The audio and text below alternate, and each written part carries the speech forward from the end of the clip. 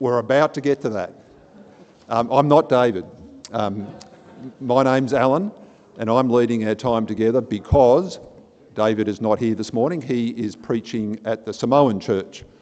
So not only do you have me leading, we have Luke Wigney visiting us today. He's preaching for us a little bit later. Luke used to attend this church for a couple of years ago. So some of you will know Luke, and he will be speaking a little bit later on from 1 John chapter 3. But to start things off, we are going to stand and do two things. First of all, we're going to read the call to worship, the words coming from Revelation chapter 5, and I'm sure will be well known to you. And then we're going to sing our first song, How Great Is Our God. So let's stand and we'll read the call to worship together.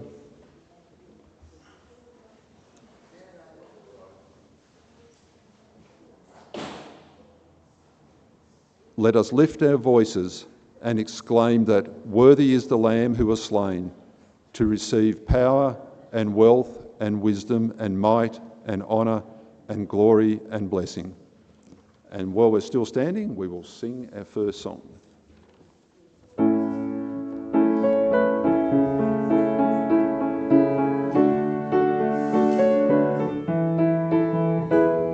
The splendor of the King, clothed in majesty, let all the earth rejoice, all the earth rejoice. He wraps himself in light, and darkness tries to hide, and trembles at his voice, and trembles at his voice. How great is our God! Sing with me, how great is our God! Oh, we'll see how great is our God. And age to age he stands, from time in his hands, beginning and the end, beginning and the end. The Godhead three in one, Father, Spirit, Son, the Lion and the Lamb, the Lion and the Lamb. How great is our God! Sing with me, how great is our God! Oh, we'll see how great is our God. Name above all names, worthy of all praise. My heart will sing, how great is our God. Name above all names, you are worthy of all praise. And my heart will sing, how great is our God. How great is our God! Sing with me, how great is our God! Oh, we'll see how great is our God.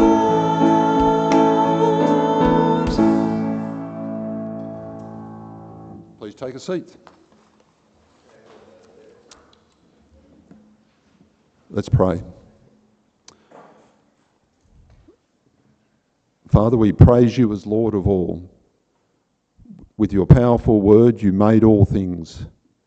Day by day, hour by hour, minute by minute, you sustain all things. Father, help us to live with you as Lord of our lives for all of our days. Amen. One of the major themes of 1 John chapter 3 is sin and our sinfulness. And right now we are going to do something that is very right and appropriate. We're going to read a confession of sin, which comes from Psalm 25, and we're going to read that together. The words will appear on the screen, and after we've read that, I will read an assurance of pardon that comes from Romans chapter 8. So let's join together and read the confession of sin. Remember, O Lord, your great mercy and love, for they are from old. Remember not the sins of my youth and my rebellious ways. According to your love, remember me, for you are good, O Lord. For the sake of your name, O Lord, forgive my iniquity, though it is great. Turn to me and be gracious to me, for I am lonely and afflicted. The troubles of my heart have multiplied. Free me from my anguish. And these next words come from Romans chapter 8, verse 31. Therefore, there is now no condemnation for those who are in Christ Jesus, because through Christ Jesus, the law of the Spirit of life set me free from the law of sin and death. We're now going to have our Old Testament reading, and just as Jacob's coming up to the front to bring us a reading from Isaiah 24, just to give you a little bit of context, in the previous 10 or so chapters in Isaiah, he's pronounced some prophecies against the neighbouring nations. And then we come to Isaiah chapter 24, where we see great themes of sin and God's judgment, and the remnant who are faithful to God and God in his majesty. So we'll hand over to Jacob to read Isaiah chapter 24. Good morning, everyone. Reading Isaiah chapter 24, you should be able to find that on page 684 in your pew Bibles. Or you can follow along on the screen too. See, the Lord is going to lay waste the earth and devastate it. He will ruin its face and scatter its inhabitants. It will be the same for priest as for people, for master as for servant, for mistress as for her servant, for seller as for buyer, for borrower as for lender, for debtor as for creditor. The earth will be completely laid waste and totally plundered. The Lord has spoken this word. The earth dries up and withers. The word languishes and withers. The heavens languish with the earth. The earth is defiled by its people. They have disobeyed the laws, violated the statutes, and broken the everlasting covenant. Therefore, a curse consumes the earth. Its people must bear their guilt. Therefore, earth's inhabitants are burned up, and very few are left. The new wine dries up, and the vine withers. All the merrymakers groan. The joyful timbrels are stilled. The noise of the revelers has stopped. The joyful harp is silent. No longer do they drink wine with a song. The beer is bitter to its drinkers. The ruined city lies desolate. The entrance to every house is barred. In the streets they cry out for wine. All joy turns to gloom. All joyful sounds are banished from the earth. The city is left in ruins. Its gate is battered to pieces. So will it be on the earth and among the nations, as when an olive tree is beaten, or as when gleanings are left after the grape harvest. They raise their voices, they shout for joy. From the west they acclaim the Lord's majesty. Therefore in the east give glory to the Lord. Exalt the name of the Lord, the God of Israel, in the island of the sea. From the ends of the earth we hear singing, glory to the righteous one.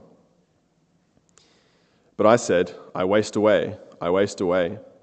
Woe to me, the treacherous betray. With treachery, the treacherous betray. Terror and pit and snare await you, people of the earth. Whoever flees at the sound of terror will fall into a pit. Whoever climbs out of the pit will be caught in a snare. The floodgates of the heavens are opened. The foundations of the earth shake. The earth is broken up. The earth is split asunder. The earth is violently shaken. The earth reels like a drunkard. It sways like a hut in the wind. So heavy upon it is the guilt of its rebellion, that it falls, never to rise again. In that day, the Lord will punish the powers in the heavens above and the kings on the earth below. They will be herded together like prisoners bound in a dungeon. They will be shut up in prison and be punished after many days.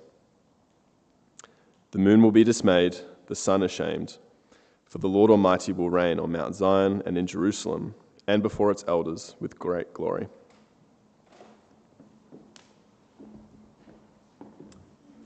Thanks, Jacob. A few notices. So on New Year's Day, this coming Thursday, there will be a service here at 12 noon. So come along if you can. Next Sunday morning, we're having communion together. And Alive at 5 is not on tonight, not on next Sunday night, resumes on the 11th of January. And I'm also reliably told that it is Joseph's birthday today. Now, we're not going to sing happy birthday to him now, but after the service, please wish Joseph a happy birthday. Now we have the country of the week, the Czech Republic. Now my slide wouldn't open, the attachment wouldn't open, the first thing you're going to notice there, if you see the world the same way that David Robertson sees the world, you will notice that the size of the Czech Republic is remarkably close to the size of Scotland. Far be it for me to ever be pedantic, but it is 98.3% as big as Scotland. So you might want to tell David that if you see him in a week's time. There are population 11 million, 12% Christians, and 27,000 Czech Aussies. And it occurred to me that there is a famous figure from the Reformation, pre-Reformation from the Czech Republic. So if you know your Reformation church history, there's a guy called Johann Huss, or John Huss. The Reformation started, generally regarded with Martin Luther, but a bit over 100 years before, John Huss was teaching about the authority of the Bible rather than papal authority, and he was also teaching that the head of the church wasn't the Pope, but was Christ. So the Czech Republic, they were ahead of the game when it came to the Reformation. John Huss was 100 years ahead of Martin Luther. Right now, Bev is going to come up and lead us in prayer.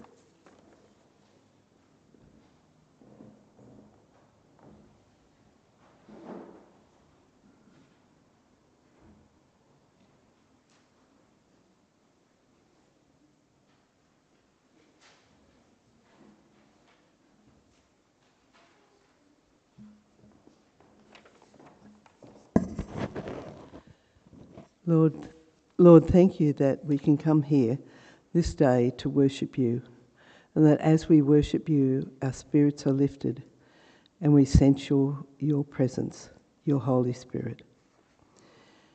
Thank you, Lord, that you control all things. Even though we can't see it, you're working all things out for your glory. You have also promised that all things work together for good for those who love you and are called according to your purposes. Thank you, Lord, that you use all situations to transform us into your image, to be more dependent on you and give us peace and hope.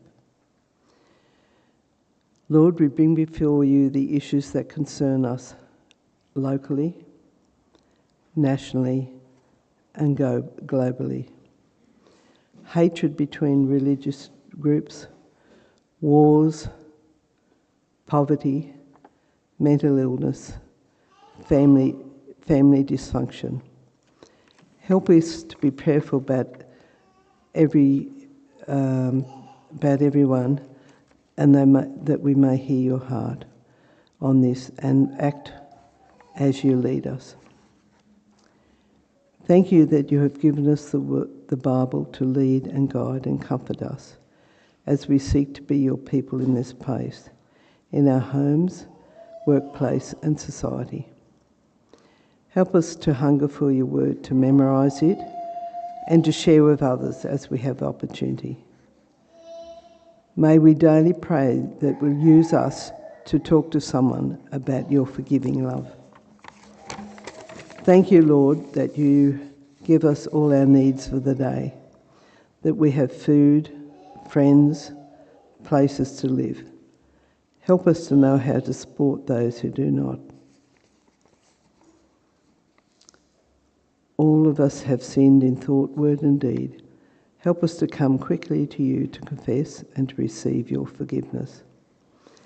Help us to make a decision to forgive those who have wronged us, so we are no longer bound by anger or a sense of injustice and can restore our relationship with you. All around us we see things that tempt us to not live godly lives. Help us to be discerning and be guided by your Spirit to live holy lives. As year 2025 draws to a close, a lot has happened to us personally, nationally and internationally. Much is upsetting, but when we look closer, you are at work through your people to show your light of hope, your forgiveness and your peace. And as we step into 2026, come walk with us, be our light in dark places, our rock and our Redeemer. Amen.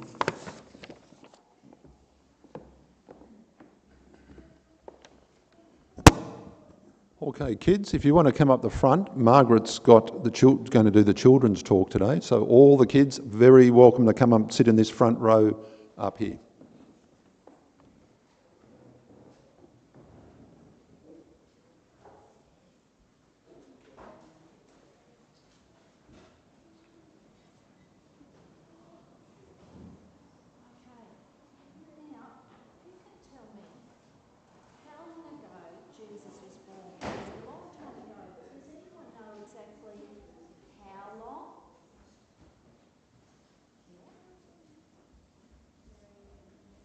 Millions of years ago, not quite that long, but it was a very long time ago. And you know, we saw, if you were here on Christmas Day, David showed this painting, and we have our nativity scene here. What tells us that it was a long time ago? What about the nativity scene might tell us? Is this how we dress today? No. A long time ago when people dressed like that. In fact, it was 2,025 years ago, approximately. Can anyone write on here for me 2025?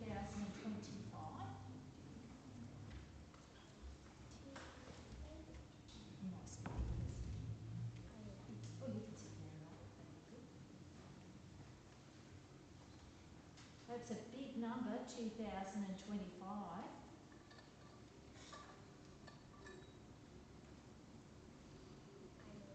Beautiful. That's wonderful. 2025. Now, have you seen that number anywhere before? Where?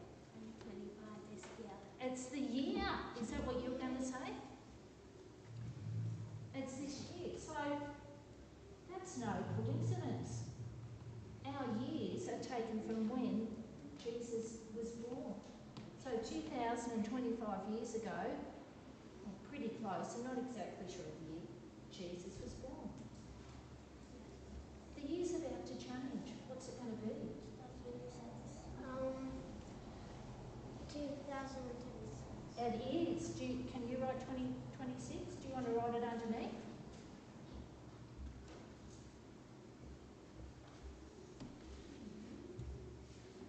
So, people loved Jesus so much and they knew that he was the Son of God that they started counting their years from his birth. And the whole world now counts our years as from Jesus' birth. Now, we're just going to make a timeline of that to just have some idea how long ago that was. So, I've got some toilet paper here. Oh, I didn't mean to break it off. But that's what it's meant for though, isn't it? Now, there's little sections on toilet paper, and each section is going to be worth we're going to make to represent 100 years. So we're going to need 20 sections. So can I have some helpers to unroll the toilet paper and to count out 20 sections? Yep. We'll just get it all nice and straight. Oh, can it be? We'll just get it all straight. Hang on, Dad. Okay.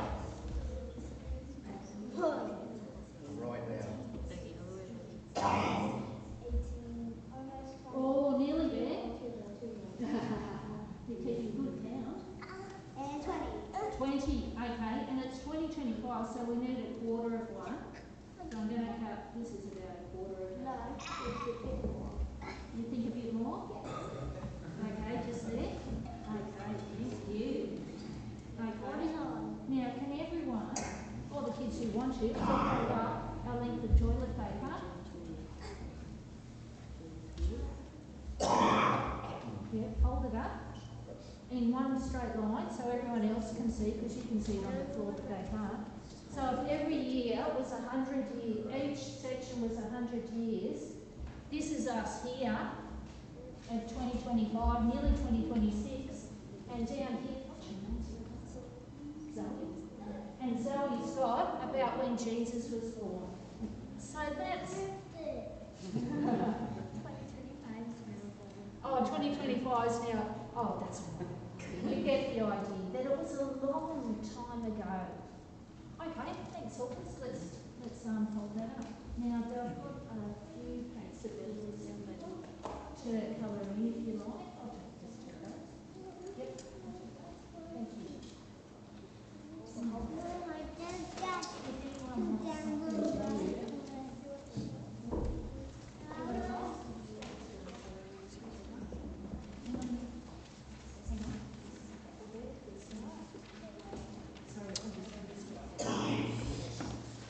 Once we've got the kids sorted out with their activities, we are going to stand and sing our next song, which is taken from Psalm 23.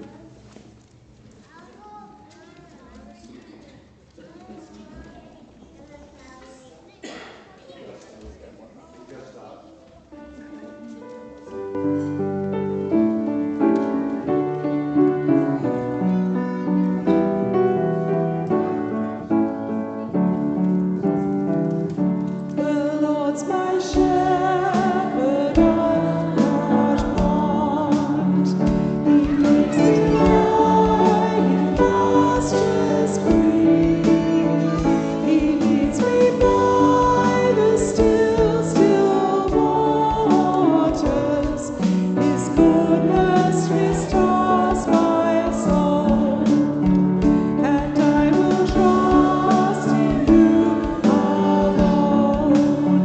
And I will trust in you alone. For your endless mercy follows me. Your goodness will lead me home.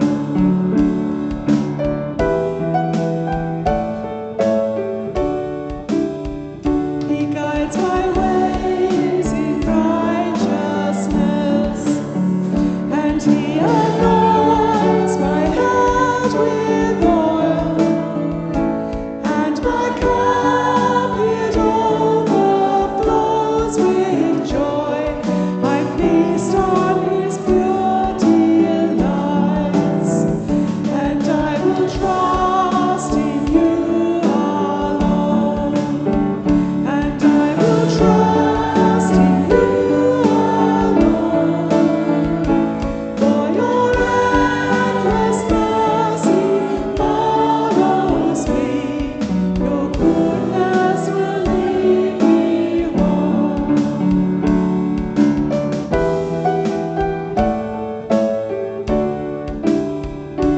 Though I walk the darkest path, I will not fear the evil one. For you are with me, and your rod and staff are the comfort I need tonight.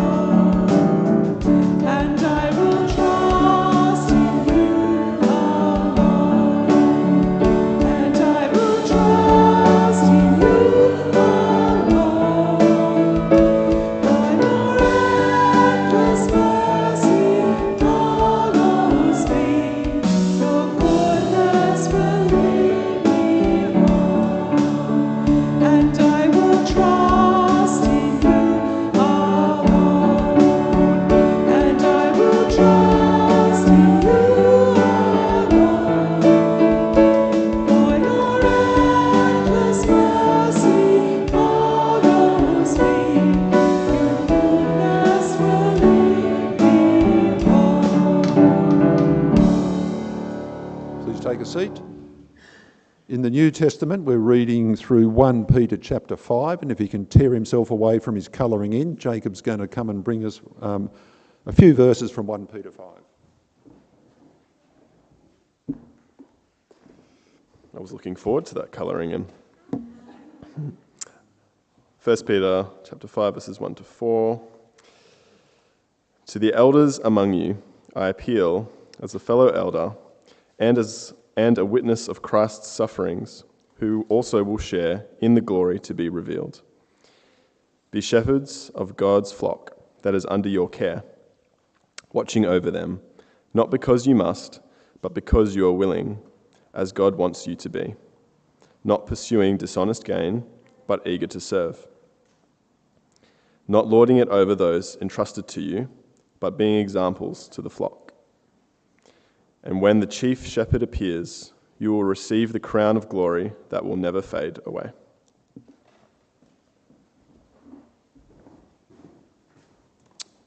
Today we've actually got a bonus because we've got a third reading, because we're going to read the passage from 1 John that Luke's going to preach on just before Luke comes up. So that is on page 1184 in the Pew Bibles, and the passage is 1 John chapter 3 verses 1 to 10.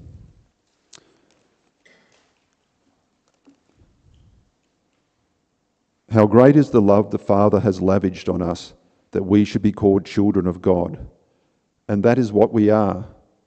The reason the world does not know us is that it did not know him. Dear friends, now we are children of God, and what we will be has not yet been made known. But we know that when he appears, we shall be like him, for we shall see him as he is. Everyone who has this hope in him purifies himself, just as he is pure. Everyone who sins breaks the law. In fact, sin is lawlessness. But you know that he appeared so that he might take away our sins, and in him is no sin. No one who lives in him keeps on sinning. No one who continues to sin has either seen him or known him. Dear children, do not let anyone lead you astray. He who does what is right is righteous, just as he is righteous. He who does what is sinful is of the devil, because the devil has been sinning from the beginning. The reason the Son of God appeared was to destroy the devil's work. No one who is born of God will continue to sin, because God's seed remains in him. He cannot go on sinning, because he has been born of God. This is how we know who the children of God are and who the children of the devil are. Anyone who does not do what is right is not a child of God, nor is anyone who does not love his brother. Thanks, Luke.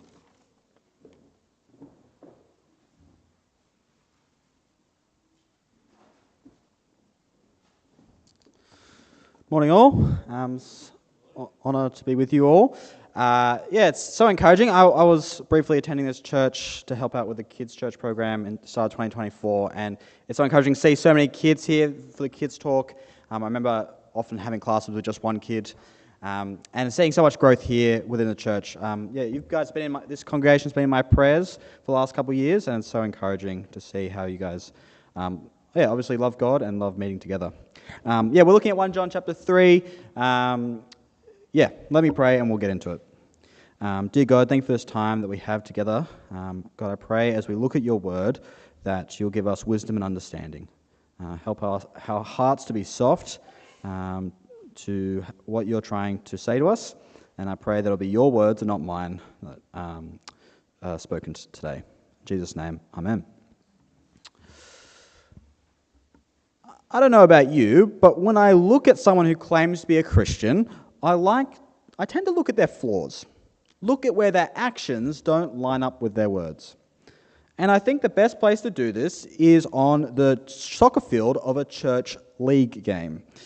For those not aware, around Australia, a lot of churches have affiliated soccer teams. And now this, most of the time, is a great league, but there are times where you start to question the character of those who play. remember one time I was quite young, and I was playing in my trusty right back position. I remember I was marking a man probably twice my age, but also twice my size.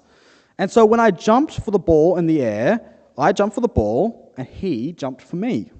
Needless to say, I bounced. I was sent hurtling through the air and probably landed on the ground 2 meters away. Now, the referee rightly called a foul. But the player who knocked me didn't see if the child he just barged into was okay. Instead, he started swearing at the referee. Now, I wasn't seriously injured, but in that moment, I thought to myself, there is no way this guy is a Christian. I mean, how could he be? He didn't seem to care for my well-being. In fact, he seemed to actively want to cause me harm. In this passage, on the surface, it seems like this line of thinking is okay. It seems like John is saying that Christians cannot sin. But surely this cannot be. John has just ended chapter 2 by warning the church that we are in the last hour. Jesus will return. He is writing to make sure that we can stand before Jesus unashamed. So he writes with a test. If we want to stand before Jesus unashamed, how are we to live?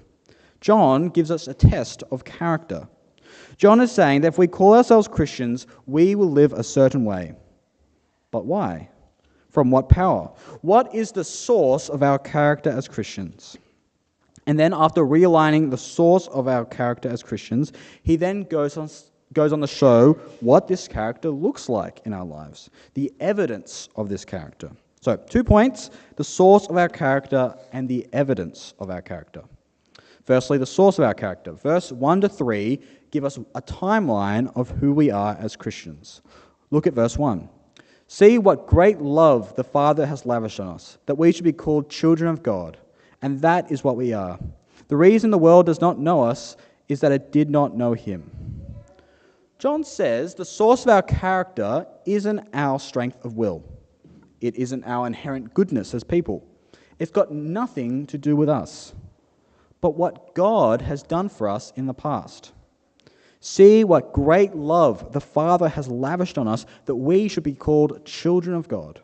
We are defined by the love that God shows to us, showed through the death and resurrection of Jesus, something God planned to do long before we were even born. But John also says that the reason the world does not recognize us is because it doesn't recognize God. Now, whether I like it or not, I look like my dad. Now, most of the time, I personally cannot see it, but almost everyone in my life is adamant that I'm in the spitting image of him. Now, if you've never met my dad, you wouldn't know this. Your first thought wouldn't be, hey, he looks like David. Why? Because you don't know the person who I look like. On the other hand, if you have met my dad, you would have a different reaction. You would probably have the reaction of, hey, that's David's son. In the same way, the world would not recognize where our character comes from. Why? Because it doesn't know the source of our character, God. So God is the source of our character, how he has loved us through Jesus. His actions before we were even created transform us now. But where is this leading us? What is the future of our character now that we've been transformed by the death and resurrection of Jesus? Read from verse 2. Dear friends, now we are children of God, and what we will be has not yet been made known. But we know that when Christ appears, we shall be like him, for we shall see him as he is. We, as children of God, are promised moral perfection in the future. We will be completely transformed, immortal, clean, glorified body and character. This picture is so amazing, we can't even fully comprehend what it will look like. Mary at first couldn't recognize her son Jesus when he was resurrected because of his glory. In the same way, we will be unrecognizable, not because we are radically different, but because we will be who we were always meant to be. But we do know that we will be like Christ, perfectly in his image. So, we have our past, our character being transformed by the death and resurrection of Jesus. We have our future, a promise of being made like Christ in the future. What about now? What does our character look like in the present? Read verse 3. All who have this hope in him purify themselves just as he is pure. As children of God, we not only have the promise of justification, but also sanctification. When we know our destination, we can walk along the path of righteousness. By what power? By what power? Well, when we recognize the sinful parts of our lives, the parts that accuse us and fill us with guilt, how do we deal with these things? How do we put these sins to death? Jesus. We simply need to look to the cross. Too often, we feel like we are in the boxing ring with our sin. We demote God to standing on the sideline as cheering us on. We rely on our own strength. We feel like being a Christian is defined by being strong enough to kill our sin. But John says that strength only comes from the love of God. Strength from the hope that Jesus will one day return. We don't look inward to our sinfulness and try to kill it. Instead, we look to Christ on the cross. Looking to Christ will reveal the sin in our lives, and by looking to the cross again and again, Christ will purify us. So, if we call ourselves Christian, then our character is found in what God has done for us. But how do we know if we have this character from God? What evidence do we have that we have been changed? Look at verse 4 to 10. Everyone who sins breaks the law. In fact, sin is lawlessness. But you know that he appeared so that he might take away our sins, and in him is no sin. No one who lives in him keeps on sinning. No one who continues to sin has either seen him or known him. Dear children, do not let anyone lead you astray. The one who does what is right is righteous, just as he is righteous. The one who does what is sinful is of the devil, because the devil has been sinning from the beginning. The reason the Son of God appeared was to destroy the devil's work. No one who is born of God will continue to sin, because God's seed remains in them. They cannot go on sinning, because they have been born of God. This is how we know who the children of God are and who the children of the devil are.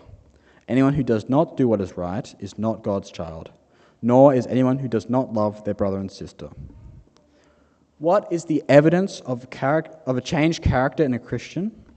Well, on first glance, it looks like that we can't sin. When I was at uni, I actually met someone who believed this. He believed that the Holy Spirit, who was perfect, could not come into a sinful heart.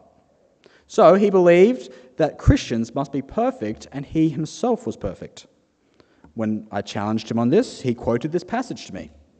At first, I was a bit confused. I hadn't studied this passage at this point, and maybe he was right. But what's the issue here?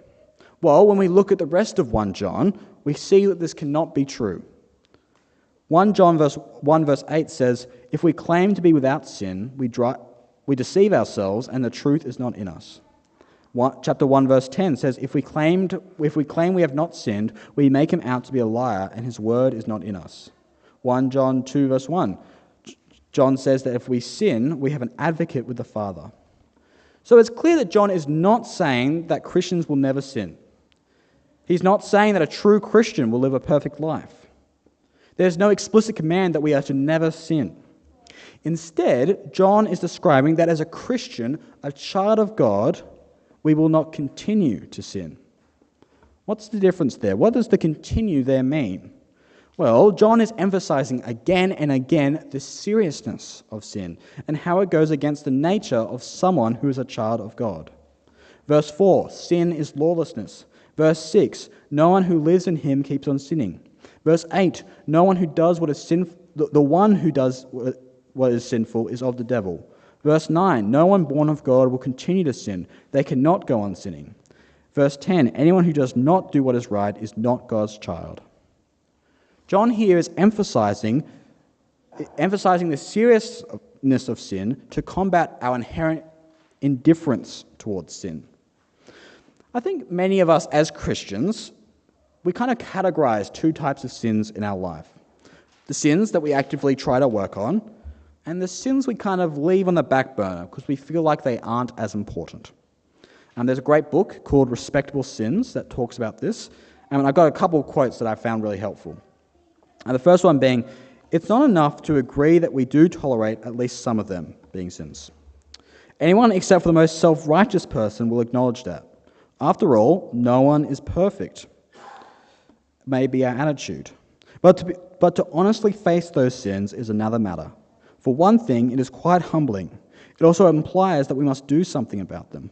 We can no longer continue to ignore them as we have in the past. Another quote saying, "Not only does the gospel prepare me to face my sin, it also frees me up to do so. Facing our sin causes us to feel guilty. Of course, we feel guilty because we are guilty. And if I believe consciously or unconsciously that God still counts my guilt against me, my instinctive sense of self-protection forbids me to acknowledge my sin and guilt, or at least I seek to minimize it. But we cannot begin to deal with a particular manifestation of sin, such as anger or self-pity, until we first openly acknowledge its presence and activity in our lives. So I need the assurance that my sin is forgiven before I can even acknowledge it, let alone begin to deal with it." Sin is rejecting God. It is opposite to his nature. As children of God, we know how good and beautiful God is. We know that when we draw closer to him, we can experience such immense joy and love. As people of God, we should desire to be in relationship with him and make him happy. If you've ever listened to Tim Keller preach, you've probably heard him talk about how much he loves his wife. So I'm borrowing from his approach to tell you about how much I love my fiancée. She's incredible. I could list all her beautiful qualities, how she loves Jesus, and how much our relationship is a gift from God. But here's how I knew I genuinely loved her. My behavior changed. I started caring deeply about what brought her joy. I found myself anticipating her needs and desires, not out of duty, but out of delight. The more I knew her, the more I wanted to serve her, and she did the same for me. In the same way, when we truly love God, our hearts are transformed. We don't obey him begrudgingly. We want to do what pleases him. And we know from the cross that he has already given us everything to bring us joy in him. So when we become indifferent towards our sin, it reveals something deeper. We're saying our relationship with God isn't worth the change. And so, often we shift blame. We blame God for having too high standards or creating us flawed. We might say, "Look, God, I know I have a porn addiction, but it was you who created me to have a greater sexual drive than others." Or, "God, how can you expect me to be honest all the time? Surely a lie to make my life easier every now and then is okay." Or we shift the blame to others. "God, people are always trying to screw me over. I have every right to scream and get angry." "God, I don't have to be generous all the time, because then people will just take advantage of my kindness."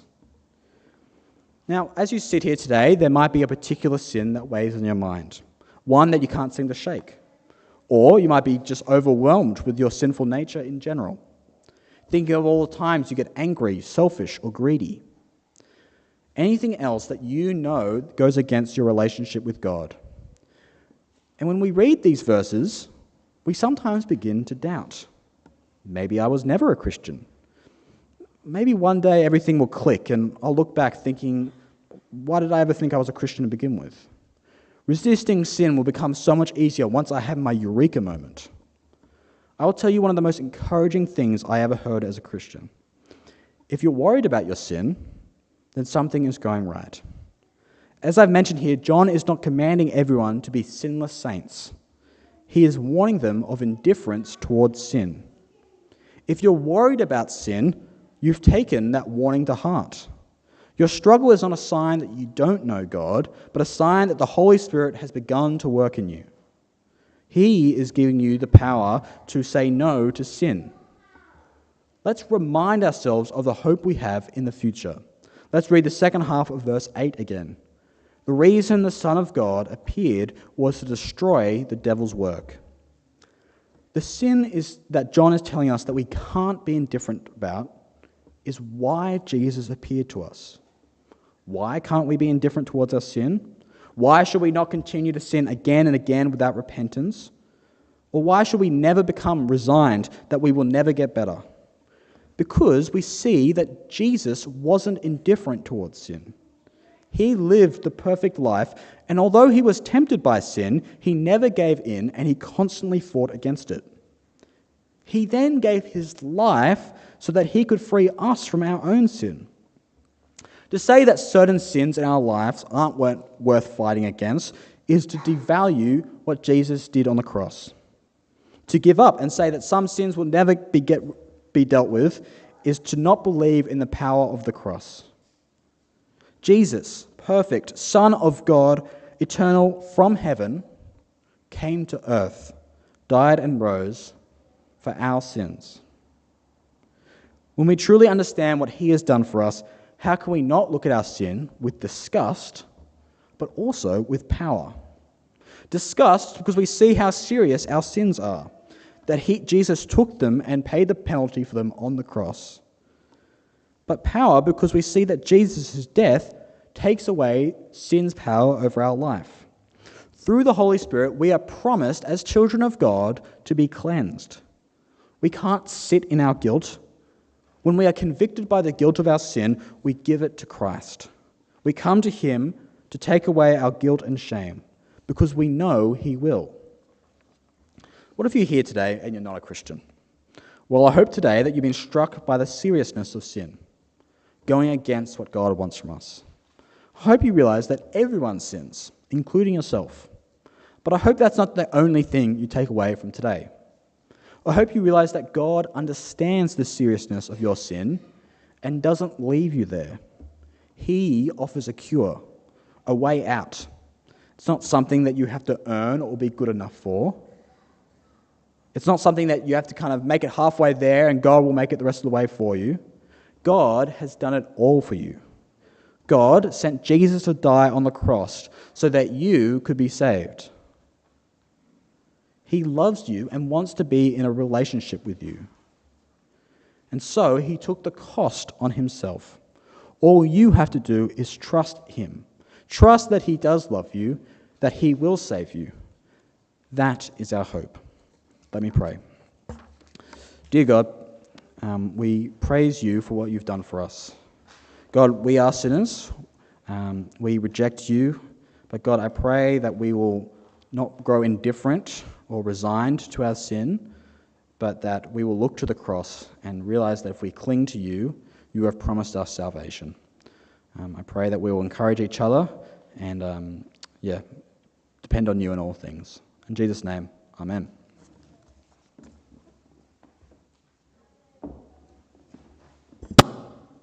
Thanks, Luke. We're now going to stand and sing our next song, By Faith.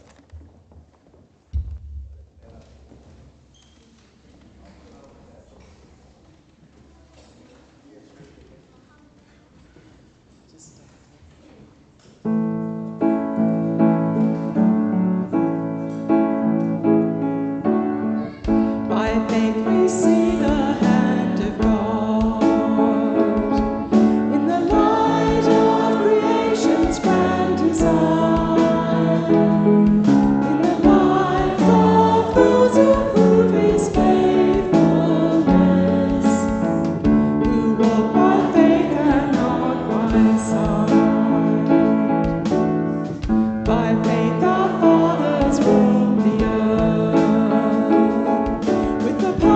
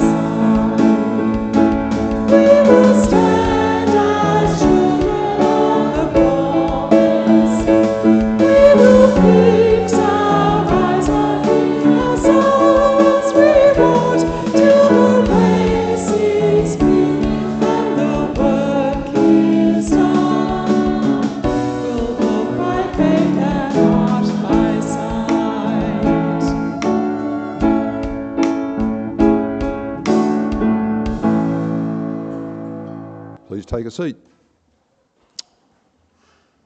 Talking about faith, one of the things we do in church is we have a confession of faith.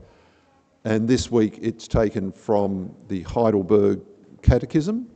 So a catechism, there is a question and then there is an answer to the question. And I will read the question and then the answer will appear on the screen, I think, yes, and we will read that together. So the question is this: what is your only comfort in life and in death? And together, that I am not my own, but belong, body and soul, in life and in death, to my faithful Saviour Jesus Christ. He has fully paid for all my sins with his precious blood, and he has set me free from the tyranny of the devil. He also watches over me in such a way that not a hair can fall from my head without the will of my Father in heaven. In fact, all things must work together for my salvation. Because I belong to him, Christ, by his Holy Spirit, assures me of eternal life and makes me wholeheartedly willing and ready from now on to live for him. And we are now going to stand and sing Fight the Good Fight.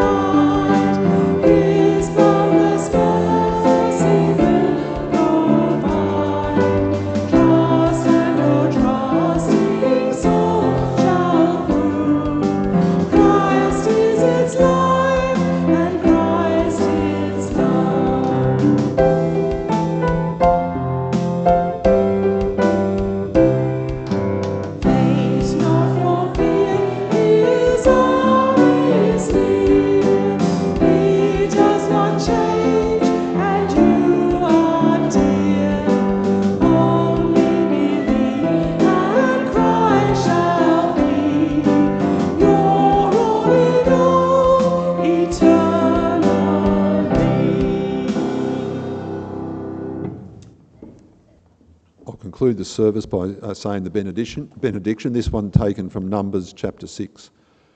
The Lord bless you and keep you. The Lord make his face shine upon you and be gracious to you. The Lord turn his face towards you and give you peace. Amen. So there's morning tea out the back, so please come and join us out there and have a chat, or stay in the church and have a chat. And don't forget, Thursday, New Year's Day, service here at 12 o'clock.